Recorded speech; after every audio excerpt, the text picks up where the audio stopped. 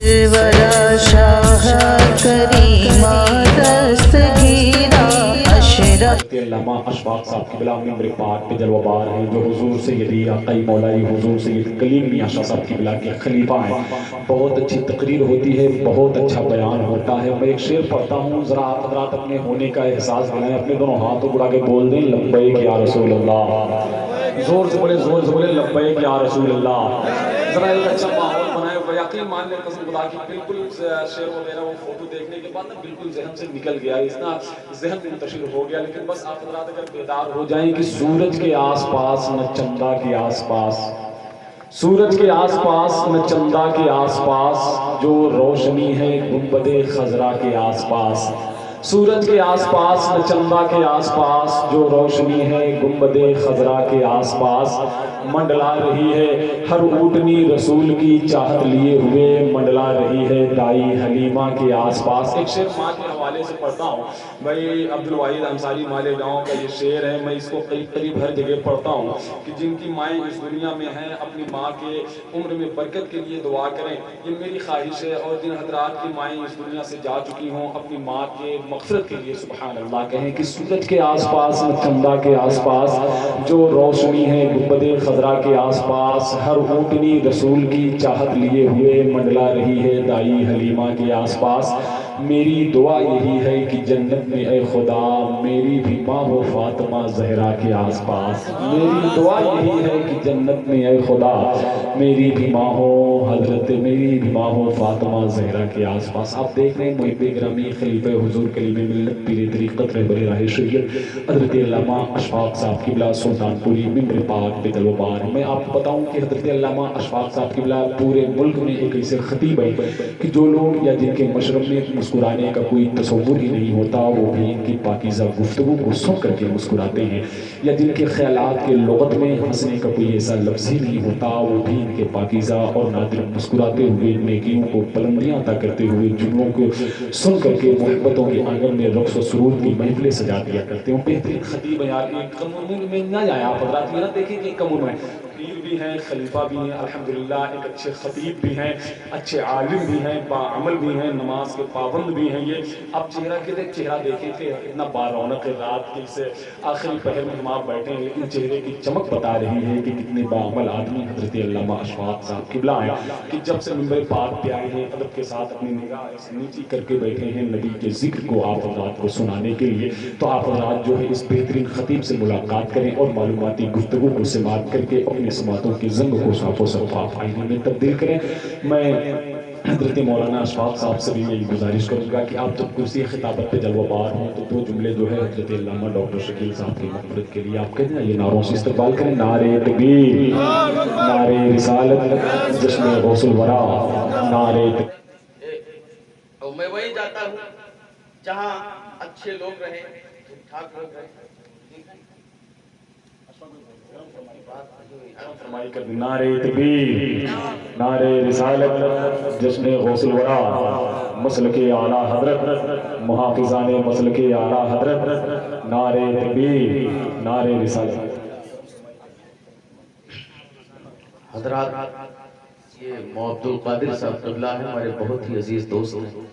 جب یہ کہہ رہے ہیں 10-5 منٹ بھرنا پھر میں نہ کرتا، یہ میری عادت نہیں حضرات، سبحان اللہ، اور کوئی یہ جلسہ بزنس نہیں ہے میرا، روزی روٹی نہیں حضرات، یہ سرکار کا صدقہ ہے، اگر وہ چاہتے ہیں تو دے دیتے ہیں تو لے لیتے ہیں، سبحان اللہ، ان کی مرضی ہے حضرات محترم، ان کی مرضی کے بغیر سبحان اللہ۔ یہ سرکار غوث اعظم سے مناسبت رکھتی ہے۔ محفل ایک مرتبہ درود شریف پڑھے اپنے آقا کی بارگاہ میں اپنے محمد صلی اللہ علیہ وسلم، اللہم صلی علی سیدنا مولانا محمد طب القلوب ودوائیہا وعافیت الابدان وشفائیہا ونور الابصار وضیائیہا والیہ وصحبہ دائما ابدا۔ ایک مرتبہ اپنے ہاتھوں کو اٹھا کے بولے یا غوث المدد، یا غوث المدد، یا غوث المدد۔ یا غوث آپ المدد۔ محبت کے ساتھ اس لیے کہ میرے غوث اعظم فرماتے ہیں اگر میں نہ چاہوں تو میرا نام بھی کوئی نہیں لے سکتا۔ سبحان اللہ، سبحان اللہ، یا اگر میں شیخ، نہ یا چاہوں تو شیخ، میرے یا غوث شیخ۔ اعظم فرماتے ہیں کہ میرا نام بھی کوئی نہیں لے سکتا ہے۔ اب آپ بیٹھے ہیں، اللہ، اس میں غوث کی مرضی شامل ہے، جو چلے گئے ہیں انہیں میرے غوث نہیں محفل میں بیٹھے ہیں، یہ میرے غوث کی محفل شامل ہے۔ آپ جس غوث کی محفل میں بیٹھے ہیں، ان کا پاور کیا ہے، ان کا اختیار کیا ہے، ان کی طاقت کیا ہے؟ میرے غوث پیر پیران پیر روشن ضمیر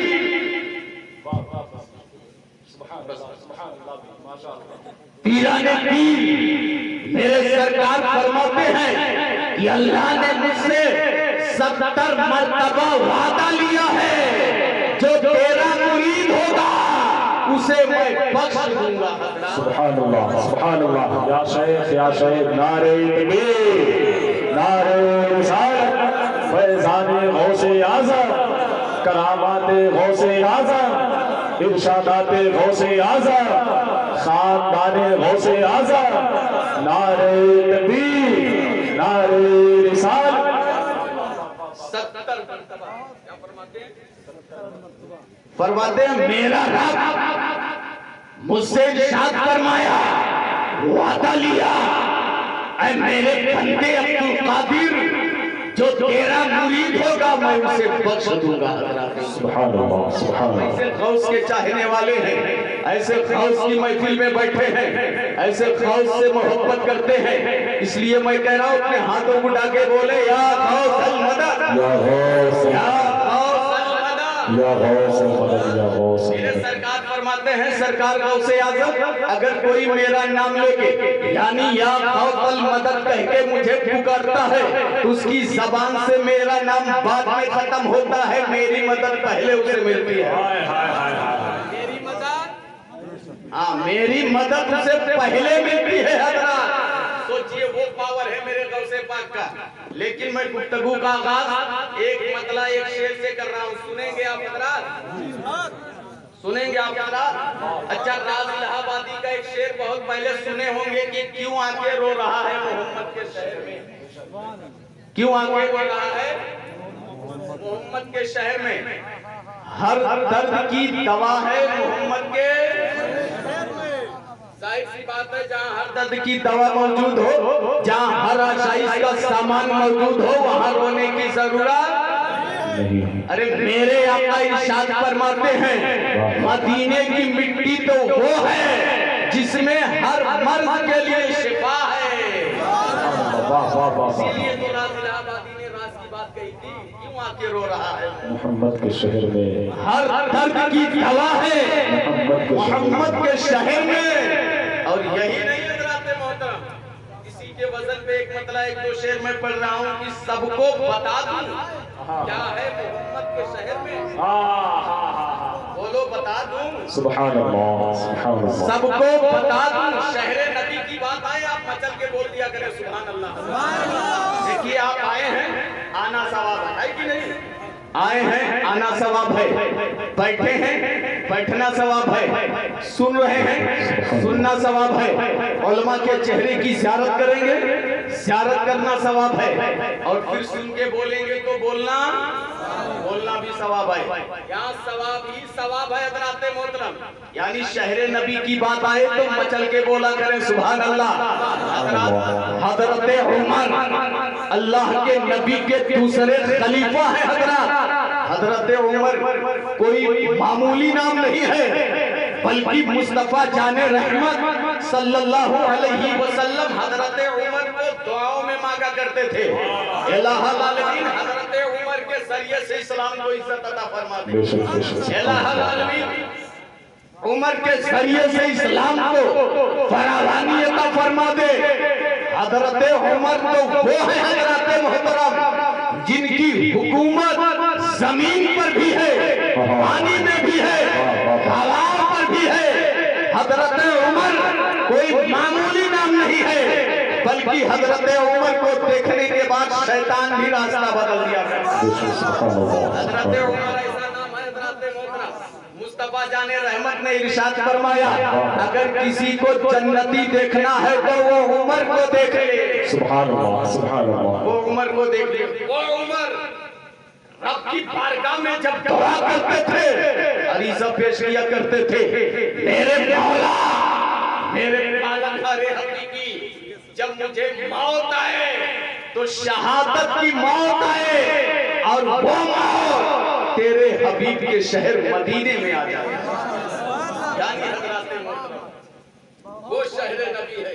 اسی کے تعلق سے سب کو بتا دوں کیا ہے محمد کے شہر میں. ارے جنت کا راستہ ہے محمد کے شہر میں.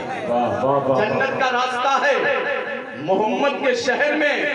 اور یا رسول اللہ گھر کی تمہارے بھیک ہے دنیا کی سروری. یا رسول اللہ گھر کی تمہارے بھیک ہے دنیا کی سروری. اگر آپ اجمیر شریف گئے ہوں گے تو دیکھے ہوں گے وہاں لنگر بڑھتا ہے کہ نہیں.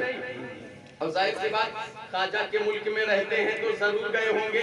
اور جو نہیں گئے ہیں ان کے لیے میں دعا کر رہا ہوں اللہ تبارک و تعالیٰ انہیں خواجہ کی نگری جلد دکھا دے.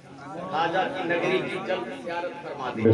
سبحان اللہ سبحان اللہ. حضرات دیکھے ہوں گے عبد القادر بھائی وہاں لنگر بڑھتا ہے. لیکن ایک لنگر آج بھی ایسا چلتا ہے جو سرکار خواجہ غریب نواز کے ظاہری زمانے سے مسلسل چلتا ہوا چلا رہا ہے. اب اس وقت بادشاہ اورنگزیب عالمگیر کا زمانہ ہے.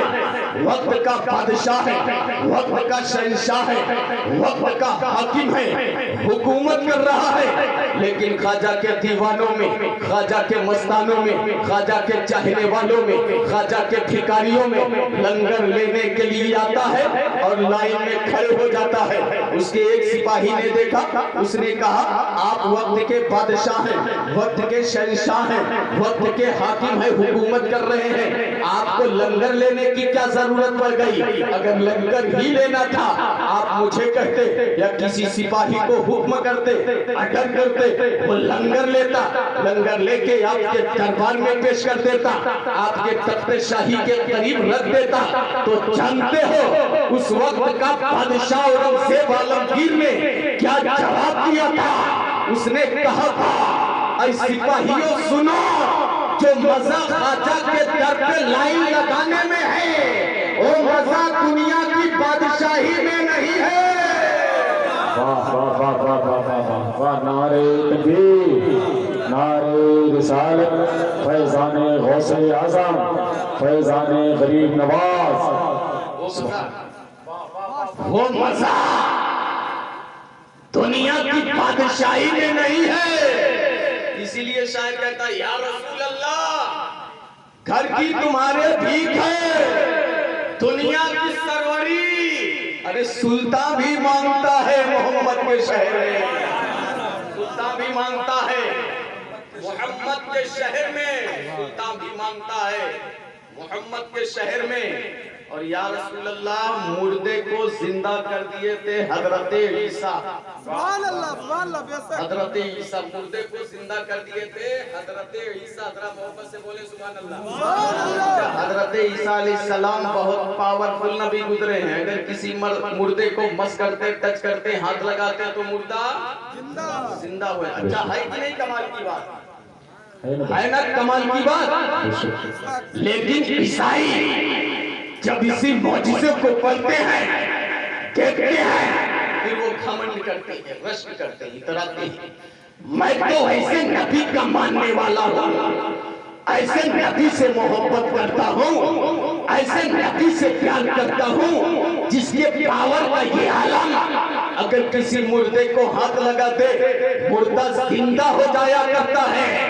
میں کہتا ہوں اے مسلمانوں سنو, جس نبی کا کلمہ تم پڑھتے ہو, جس نبی پہ ایمان تم رکھتے ہو, جس نبی کی میلاد تم مناتے ہو, جس نبی کی نعتیں تم سنتے ہو, جس نبی کے ذکر میں تم بیٹھے ہوئے ہو, اس کا پاور تو دیکھو, اس کا اختیار تو دیکھو. شاعر کہتا ہے یا رسول اللہ مردے کو زندہ کر دیے تھے حضرت عیسیٰ, لیکن پتھر بھی بولتا ہے محمد کے شہر میں. ارے واہ واہ واہ. پتھر بھی بولتا ہے محمد کے شہر میں, محمد کے شہر میں. حضرات پتھر بھی بولتا ہے. مولا علی فاتح خیبر داماد پیغمبر امام مشرق و مغرب فرماتے ہیں مجھے وہ پتھر آج بھی یاد ہے جس کے قریب سے میرے آقا مدینے کے تاجدار گزرتے تھے اور پتھر بھی کہتا تھا الصلاۃ والسلام علیکہ یا رسول اللہ، صلی اللہ علیہ وسلم، الصلاۃ والسلام علیکہ یا حبیب اللہ۔ میرے نبی کی شان ہے، کیا کرنا ہے۔ لیکن میں سوچ رہا ہوں تقریر میں ایک دو باتیں، دیکھیے صدام بھائی آئے، تمام لوگ آئے، سب سے پہلے کہا آپ کو درود پڑھو حضرات محترم، ہے کہ نہیں؟ درود پڑھو۔ آپ نے سمجھا درود پڑھنے کا بینیفٹ کیا ہے، درود پڑھنے کا فائدہ کیا ہے، پیغام مسرت کیا ہے، میرے آقا مدینے کے تاجدار کا فرمان کیا ہے؟ جانتے ہو حضرات، میرے آقا ارشاد فرماتے ہیں جو مجھ پہ درود پڑھنا بھول گیا وہ جنت کا راستہ بھول گیا، وہ جنت کا راستہ بھول گیا۔ اچھا، اب جنت کے راستے کو یاد رکھنا ہے تو ضروری ہے کہ محمد عربی پہ درود پڑھنا ہوگا، ہے کہ نہیں؟ کیا ہے؟ درود پڑھنا ہوگا حضرات محترم، اگر درود نہیں پڑھیں گے تو جنت کا راستہ بھول جائیں گے۔ اچھا، دوسری حدیث، بہت چھوٹی سی حدیث شریف ہے حضرات محترم، سماعت کر لیں جلدی سے۔ دیکھیے نبی کی کوئی بات چھوٹی نہیں ہوتی ہے، پڑھنے میں یا بولنے میں چھوٹی ضرور ہو سکتی ہے، لیکن نبی کی کوئی بات چھوٹی ہو ہی نہیں سکتی حضرات۔ میرے آقا درود شریف کے تعلق سے ارشاد فرماتے ہیں کہ کل میدان محشر میں قیامت کے دن یعنی سب سے قریب مصطفیٰ کے وہی ہوگا جو دنیا میں سب سے زیادہ مصطفیٰ پہ درود پڑھے گا۔ مصطفیٰ جان رحمت پہ درود پڑھے گا حضرات محترم، اس لیے میں آپ کو کہتا ہوں درود پڑھو، درود سے عقائد کے بازو مضبوط ہو جاتے ہیں حضرات محترم۔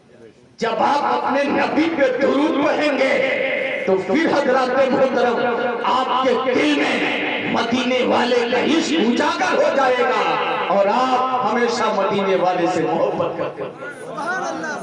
سوچیے آپ مدینے والے سے پیار کریں، مدینے والے مصطفیٰ سے محبت کریں۔ اور ایک بات میں آج بتا دیتا ہوں، آج ہے نا انتشار، لوگوں کے گھر میں انتشار ہے، خاندان میں انتشار ہے، پریوار میں انتشار ہے، بھائی بھائی میں انتشار ہے، جھگڑا ہے، تمام چیزیں ہیں کہ نہیں ہیں؟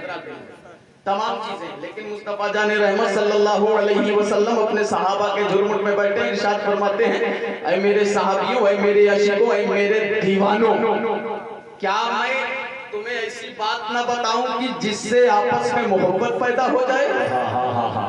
آپ بھی سننا چاہتے ہیں؟ سننا چاہتے ہیں نا؟ اچھا، فرماتے ہیں کیا میں تمہیں ایسی بات نہ بتاؤں جس سے آپس میں محبت پیدا ہو جائے؟ جانتے ہو صحابہ کرام تو ہمیشہ منتظر رہتے تھے کہ میرے آقا کچھ بتائیں اور میں اس پہ عمل کروں۔ صحابہ کرام نے عرض کیا یا رسول اللہ، یا حبیب اللہ، آپ ضرور بتائیے۔ مصطفیٰ جان رحمت ارشاد فرماتے ہیں تم آپس میں سلام کیا کرو۔ آپس میں سلام، حسد نہیں حضرات محترم، آپس میں سلام کرو، حسد بغض چھوڑ دو حضرات، بغض و عناد کی آگ میں جلنے سے کوئی فائدہ نہیں ہے۔ مصطفیٰ جان، اور دیکھیے کائنات میں سب سے بڑی ذات ہے مصطفیٰ جان رحمت صلی اللہ علیہ وسلم۔ اللہ نے سب سے بڑی ذات مصطفیٰ جان رحمت صلی اللہ علیہ وسلم کی بنائی نا، ہے کہ نہیں؟ بعد خدا مرتبہ میں بڑا کون ہے مصطفیٰ کے سوا؟ خدا بزرگ تو ایک قصہ مختصر ہے کہ نہیں حضرات؟ لیکن جانتے ہو مصطفیٰ جان رحمت صلی اللہ علیہ وسلم آج انسان کے پاس چاہے وہ عمر میں بڑا ہو جائے، تھوڑی سی دولت ہو جائے، شہرت ہو جائے، وہ اپنے چھوٹوں سے یا غریبوں سے سلام کرنا پسند نہیں کرتا ہے، اتنا بغض اور حسد کی آگ میں جلتا ہے اس قدر نا۔ لیکن جانتے ہو مصطفیٰ جان رحمت گزر رہے تھے، بچے کھیل رہے تھے، میرے آقا بچوں سے سلام پیش کرتے ہیں۔ یہ ہے میرے آقا کا اخلاق۔ سبحان اللہ، سبحان اللہ۔ بچوں کو یعنی بچوں کو سلام پیش کرنا یہ بھی مصطفیٰ کی سنت ہے، اور بڑوں کو سلام کرنا یہ بھی حبیب خدا کی سنت ہے۔ سبحان اللہ، سبحان اللہ۔ میرے مصطفیٰ سلام پیش کرتے ہیں۔ جانتے ہو میرے آقا ارشاد فرماتے ہیں، سلام کی بات آئی ہے، اگر دو مومن آپس میں مصافحہ کرتے ہیں تو قادر بھائی جان رہے ہو، میرے آقا کی حدیث شریف ہے، سن لیں آپ، اس پہ عمل کریں گے انشاءاللہ العظیم، ٹھیک ہے؟ میں تقریر نہیں کر رہا ہوں، میں بھی ایک سانس میں 20 جملے بول سکتا ہوں، لیکن نہیں حضرات محترم، سن لیں تھوڑی سی بات آپ حضرات اگر سن رہے ہیں۔ میرے آقا صلی اللہ علیہ وسلم ارشاد فرماتے ہیں دو مومن آپس میں مصافحہ کرتے ہیں تو دونوں کے جدا ہونے سے پہلے اللہ ان کے گناہوں کو بخش دیتا ہے۔ سبحان اللہ سبحان اللہ. بخش دیتا ہے. میرے آقا کا اخلاق سوچئے حضرات محترم، سوچئے میرے آقا کو دشمنوں سے پیار کیا، اپنوں کی پاکی چھوڑیے حضرات. جب حاتم طائی کی بیٹی قید ہو کے مصطفیٰ جان رحمت صلی اللہ علیہ وسلم کی بارگاہ میں آئی ہے تو جانتے ہو اس کے سر پہ دوپٹہ نہیں تھا، اس کے بال بکھرے ہوئے تھے. مصطفیٰ جان رحمت صلی اللہ علیہ وسلم نے اس کے بکھرے ہوئے بالوں کو دیکھنے کے بعد اپنی کملی والی چادر کو پھینک دی. بولیے سبحان اللہ. اپنی کملی والی چادر کو پھینک دی اور ارشاد فرمایا بیٹا اس سے اپنے بالوں کو بند کر، اپنے بالوں کو بند کر لو. اتنا کہنا ہے. صحابہ کرام عرض کرتے ہیں یا رسول اللہ یا حبیب اللہ یہ تو مسلم نہیں ہے، غیر مسلم ہے، کافرہ ہے، مشرکہ، یہ کلمہ نہیں پڑھتی. یا رسول اللہ صلی اللہ علیہ وسلم آپ کے لائے ہوئے پیغام کو نہیں مانتی ہے، آپ کے لائے ہوئے فرمان کو نہیں مانتی ہے. حضور نے یہ نہیں فرمایا اگر وہ مسلمان نہیں ہے، میرے پیغام کو نہیں مانتی، میرے فرمان کو نہیں مانتی تو اس سے میری چادر چھین لو. بلکہ میرے مصطفیٰ ارشاد فرماتے ہیں بیٹی بیٹی ہے، وہ میرے فرمان کو مانے یا مت مانے، اس کے عزت و آبرو کی حفاظت کرنا یہ ہم سب کا. میرے مصطفیٰ جان رحمت کا یہ میرے مصطفیٰ جانتے ہو سب سے بڑا حضور کا دشمن کون ہے جانتے ہو؟ وہ ابو جہل ہے. ابو جہل لیکن وہ بھی جانتا تھا جو نبی ہوگا اسے علم غیب ضرور ہوگا، اسے علم غیب ضرور ہوگا. اسی لیے تو مٹھی میں کنکری لیا، کنکری لے کے حضور کی بارگاہ میں پہنچ گئے. اگر آپ اللہ کے نبی ہیں تو بتا دیں میری مٹھی میں کیا. اچھا مصطفیٰ جان رحمت صلی اللہ علیہ وسلم نے ارشاد فرمایا ابو جہل یہ بتا میں بتاؤں یا تیری مٹھی میں جو ہے وہی بتا دے. اچھا وہ سوچنے لگا اب تو کوشچن کو اور ٹپ کر دیا گیا، اب تو سوال مصطفیٰ جان رحمت نے اور ٹپ کر دیا. اب اگر یہ نہیں بتا پائیں گے تو ہم مکے کی گلیوں میں ان کا مذاق اڑائیں گے. مذاق اڑانے کا گولڈن چانس مل چکا ہے. وہ سوچ رہا تھا یہ تو کنکری ہے، بے زبان ہوتی ہے، لیکن وہ نہیں جانتا تھا اللہ نے انہی کی صدقے میں پوری کائنات کو بنا دیا. میرے امام فرماتے ہیں وہ جو نہ تھے تو کچھ نہ تھا، وہ جو نہ ہو تو کچھ نہ ہو. وہ جان ہے جہان کی، جان ہے تو جہان ہے. تو کنکر کو بھی زبان دے سکتے ہیں. اچھا اس نے کہا اگر یہ بتا دے جو میری مٹھی میں ہے تب تو اور مزہ آ جائے گا اور بات بن جائے گی. حضور صلی اللہ علیہ وسلم نے اس کے مٹھی کی طرف اپنی انگلی کا اشارہ کیا. کنکری بھی بول رہی تھی اشہد اللہ الہ الا اللہ محمد رسول اللہ صلی اللہ علیہ وسلم. میں گواہی دے رہی ہوں یہ کنکری آپ اللہ کے سچے نبی ہیں، آپ اللہ کے سچے پیغمبر ہیں، آپ اللہ کے رسول ہیں. حضرات محترم سوچئے میرے مصطفیٰ کو ہیں وہ ابو جہل ہمیشہ سوچتا رہتا تھا، ہمیشہ کوئی نہ کوئی تدبیر، کوئی نہ کوئی طریقہ، کوئی نہ کوئی اسٹائل اپناتا رہتا تھا کہ پیغمبر اسلام کو کیسے تکلیف پہنچائی جائے. مصطفیٰ کا اخلاق دیکھیے حضرات. وہ سوچتا رہتا تھا کیسے ان کو تکلیف پہنچایا جائے، اور وہ سوچتا رہتا تھا ان کو تکلیف پہنچا کے معاذ اللہ رب العالمین دین کو یہیں پہ سمیٹ دیا جائے گا. نیا لایا ہوا جو نیا مذہب ہے اس کو یہیں پہ ختم کر دیا جائے گا. ہمیشہ وہ تام جام پھیلاتا ہی رہتا تھا، کچھ نہ کچھ سوچتا ہی رہتا تھا. سوچتے سوچتے ایک دن اس نے ایک پلاننگ بنا لی، ایک تدبیر بنا لیا، ایک راستہ بنا لیا. پیغمبر اسلام جدھر سے گزرتے ہیں اسی راستے میں ایک گڈھا کھود دیا اور اس پہ گھاس پھوس ڈال دیا جائے. اپنے چیلے چاپڑ کو بلا لیا اور کہہ دیا کہ تم لوگ چھپ کے رہنا، اور اللہ کے رسول جب اس گڈھے میں اس راستے سے جائیں گے گریں گے تو تم لوگ معاذ اللہ رب العالمین کنکر پتھر مارنا. اچھا ساری تدبیر تیار ہو گئی، اس کے چیلے چھپ گئے. اچھا وہ سوچتا تھا گڈھا کھودنے کے بعد جب گھاس پھوس ڈال دیں گے تو مصطفیٰ جان رحمت جان نہیں پائیں گے معاذ اللہ رب العالمین. ارے وہ مصطفیٰ جس سے خدا خود نہ چھپا اپنی خدائی کو کیسے چھپائے گا.